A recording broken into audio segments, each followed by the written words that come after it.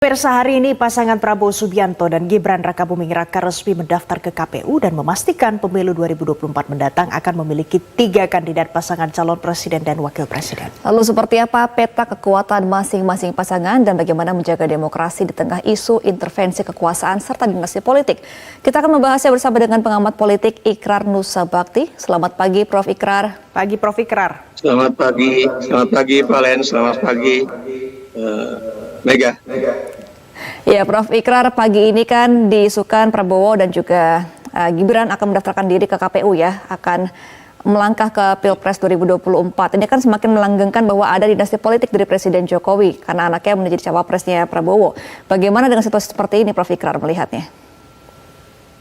Ya, kita lihat ya, kalau Anda lihat berbagai foto-foto, begitu nama Gibran itu dipasangkan ya, foto dari berbagai pimpinan-pimpinan partai itu kan tidak sumringah kalau menurut saya ya. Anda lihat aja nih dari TV aja kelihatan banget gitu ya. Kayaknya yang di belakang juga senyumnya terpaksa, yang di depan kayaknya ada perasaan yang nggak enak lah.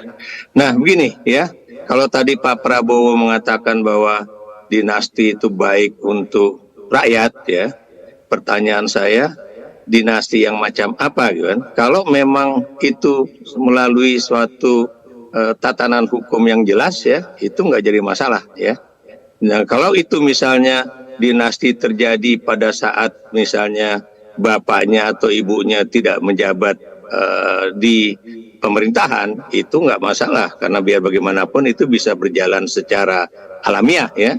Saya beri contoh misalnya kayak Pak Prabowo ya, bapaknya Pak Cum dulu menjadi menteri di pemerintahan Soeharto gitu kan, atau kemudian Megawati juga anak Bung Karno, dia menjadi presiden juga berapa tahun setelah Bung Karno meninggal ya, dan sebagainya. Tapi kalau kemudian ini diajukan menjadi calon wakil presiden ketika usianya belum mencukupi, pengalaman politiknya belum banyak ya, kemudian juga aturan di dalam sistem kaderisasi dan juga rekrutmen politik di dalam Partai Golkar juga itu boleh dikatakan dilanggar gitu kan.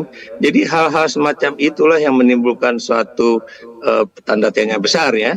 Dan kalau Pak Jokowi mengatakan bahwa itu tergantung rakyat, pertanyaan saya, rakyat yang mana ya? Karena Anda tahu ya, yang boleh mengajukan nama presiden dan wakil presiden, calon presiden dan wakil presiden, itu menurut konstitusi adalah partai politik ya. Dan partai politik tidak pernah melakukan konferensi nasional ya, seperti yang dilakukan oleh Partai Demokrat di Indonesia, pernah dilakukan oleh Presiden SBY ya, atau kemudian juga ini menjadi tradisi di Amerika Serikat di mana semua calon-calon presiden Amerika Serikat itu harus melalui konferensi partai di berbagai negara bagian gitu kan. Baik. Jadi kalau itu memang dipilih dari melalui proses itu, itulah pilihan rakyat, bukan kemudian ujuk-ujuk rakyat dikasih sodoran nama-nama itu dan harus dipilih begitu. Oke, Prof. Ikrar, tadi Anda sempat menyebutkan kalau di dalam foto-foto itu mungkin tidak terlihat senyum yang sumringah. Kalau kita pantau dari dinamika politik sampai dengan hari ini, menurut Anda mengapa senyum itu tidak sumringah? Ya, karena mereka tidak happy.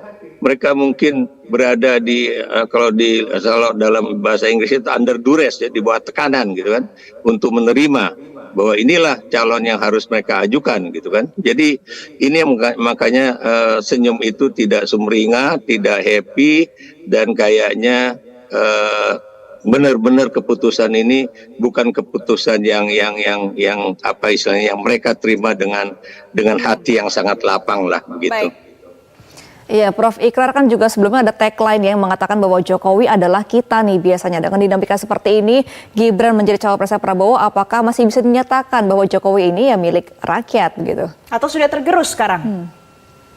Kalau menurut saya yang terakhir yang Anda sebutkan itu ya, jadi menurut saya ya harusnya Presiden Jokowi, karena itu adalah kita, beliau juga misalnya juga mengikuti perasaan rakyat ya, bahwa supaya beliau itu bisa mengakhiri masa jabatannya itu dengan suatu legasi yang baik ya, baik dalam bidang pembangunan ekonomi, pertumbuhan ekonomi, kemudian juga bagaimana juga pembangunan di berbagai sektor ya, itu cukup baik ya. Walaupun kita juga tahu belakangan ini banyak sekali sorotan bahwa problem hutang negara ya di bawah Presiden Jokowi juga meningkat tajam ya, apalagi kalau nanti perjanjian dengan pemerintah Cina itu diterapkan pada saat ini ya, dikala nanti Presiden Jokowi tidak lagi menjadi Presiden Republik Indonesia ya. Dan kemudian kalau dilihat dari pembangunan material ya, non material maksud saya, itu Anda bisa lihat ya bahwa ini adalah pemutarbalikan arah dari reformasi ya, dari sebuah yang kita inginkan. Reformasi itu membangun demokrasi yang mapan, demokrasi yang substansial, menjadi benar-benar demokrasi yang boleh dikatakan terganggu lah, bukan cuma terganggu ya, tapi udah pasti kita akan mengalami suatu masalah besar ya di dalam proses demokrasi kita ya. Ini nih yang menjadi sorotan masyarakat bersama ya. Dan karena itu, karena memang Presiden mengatakan bahwa biarlah rakyat menentukan, ya saya juga bisa mengatakan, marilah kita menentukan apakah Indonesia akan tetap menjadi republik atau menjadi semi kerajaan begitu. Oke, Prof. Ikrar, dalam rangka menuju demokrasi yang mapan, demokrasi yang substansial, kalau masyarakat melihat hari ini sudah ada 3 kandidat capres-cawapres. Nanti menurut Prof. Ikrar, sejauh ini pemetaan politiknya seperti apa? Ya, saya tidak bisa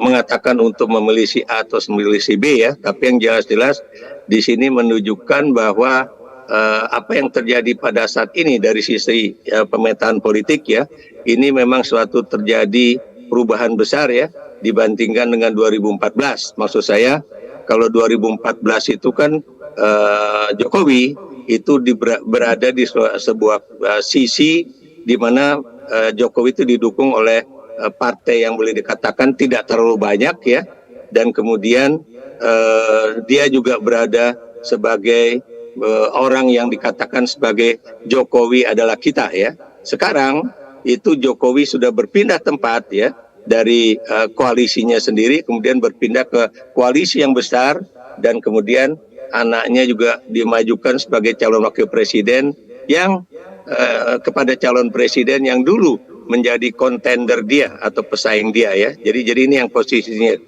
boleh dikatakan berbeda.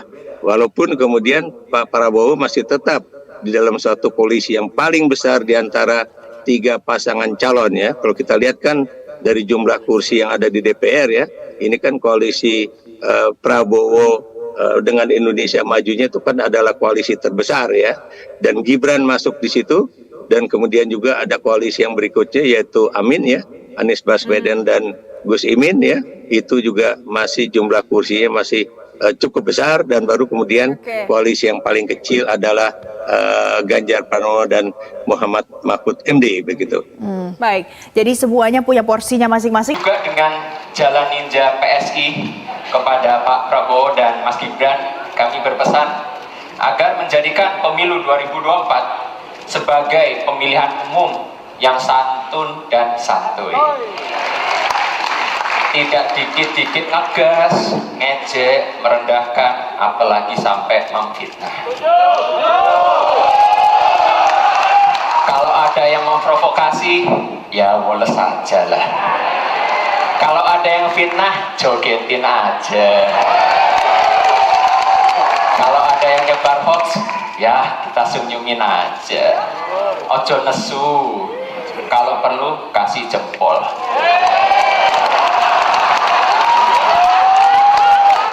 Pemirsa, Anda kembali di Metro Pagi Prime Time. Kita akan lanjutkan informasi dan diskusi bersama dengan Profesor Ikrar sebagai pengamat politik. Prof. Ikrar, tadi kan Kaisang mengatakan bahwa stop kebencian dan juga merendahkan dalam pemilu 2024 dalam kampanyenya. Dan dalam kesempatan juga kan Gibran sempat mengatakan bahwa dia juga mendukung kampanye dan juga pemilu yang damai begitu ya. Apakah ini pesan tersirat bahwa mungkin anak-anak presiden ini pernah melihat bapaknya diperlakukan tidak adil seperti itu? Ya, kalau itu kan lagi-lagi persepsi dia ya. Tapi kalau kemudian Anda perhatikan bagaimana Gibran dan kemudian juga Kaisang menjadi pemimpin partai ya, itu jelas ya bahwa ini adalah suatu yang tidak wajar, tidak layak dan juga tidak umum di dalam suatu partai politik ya. Anda bisa bayangkan misalnya Kaisang ya hari ini menjadi anggota Partai Solidaritas Indonesia misalnya, 2 hari kemudian dia bisa langsung menjadi ketua umum partai. Di partai mana itu bisa terjadi ya? Kapan itu bisa terjadi kecuali pada 2023 menjelang pemilu ini. Gibran juga demikian ya.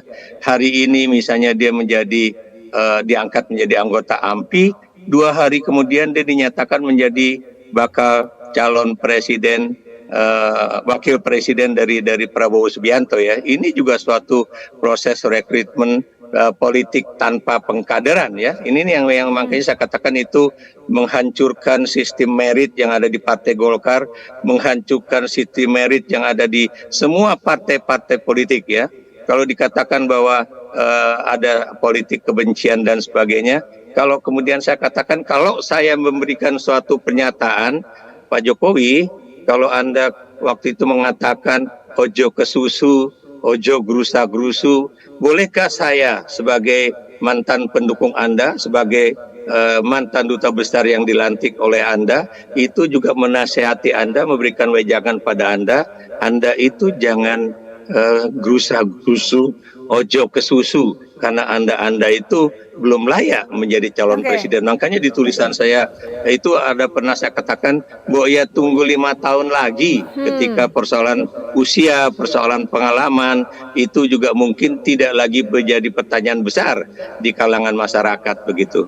Oke, Prof. Ikrar, dari ketidakwajaran yang Anda katakan ini, bisa tidak kalau kita mempunyai hipotesis mungkin seperti itu ya, apakah mungkin ini adalah langkah, ada hal yang tidak enak di hati, maka kemudian muncul tindakan-tindakan seperti ini sampai orang memberikan label dinasti politik, atau memang ini dinasti politik diinginkan sejak awal? Menurut Anda bagaimana? Kalau saya melihat ya, ini memang psikologis Presiden Jokowi sebagai seorang presiden ya, ini adalah masa-masa dia ingin menunjukkan bahwa dialah penguasa Indonesia sebenarnya ya. Maksud saya dia ingin mengatakan I am the president ya. Dia nggak mau misalnya di bawah kendali dari ketua umum partai yang menjadi naungan dia ya, yaitu PDI Perjuangan. Saya beri contoh misalnya ya, Anda tahu persis Presiden SBY ya, itu pernah mengatakan dia menolak apa yang dilakukan oleh MK ya. Tapi Anda tahu begitu beliau datang ke Istana Bogor berdiskusi dengan Presiden Jokowi dan akhirnya terjadilah take and give ya. Jadi pertukaran dukungan ya.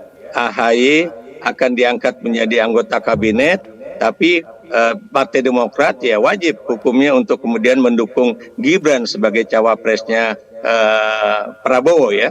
Di sini menunjukkan betapa ada sesuatu yang aneh. Anda bisa bayangkan dari mana itu Partai Demokrat tiba-tiba bisa masuk ke dalam koalisi Indonesia Maju sekarang, maksud saya di bawah kabinet Indonesia Maju di bawah Presiden Jokowi, sementara Partai Demokrat itu bukan bagian dari koalisi baik pada saat pemilu maupun pada saat pemerintahan yang ada saat ini. Begitu. Prof. Ikrar, kalau tindakan berpaling seperti ini, kalau yang Anda katakan itu, apa mungkin tidak? Ini merupakan langkah karena mungkin ada tindakan direndahkan atau mengalami sesuatu yang tidak sesuai dengan ekspektasi di dalam partai politiknya sendiri atau selama menjabat menjadi presiden, mungkin tidak seperti itu? Saya bertanya pada Anda, Bapak Presiden Jokowi ini berapa tahun sudah menjadi presiden ya, dan dia tahu persis ketika akan dimajukan menjadi calon presiden, istilah di dalam partainya ya, yaitu PDIP, memang menjadi petugas partai ya. Megawati juga mengatakan saya pun petugas partai ya.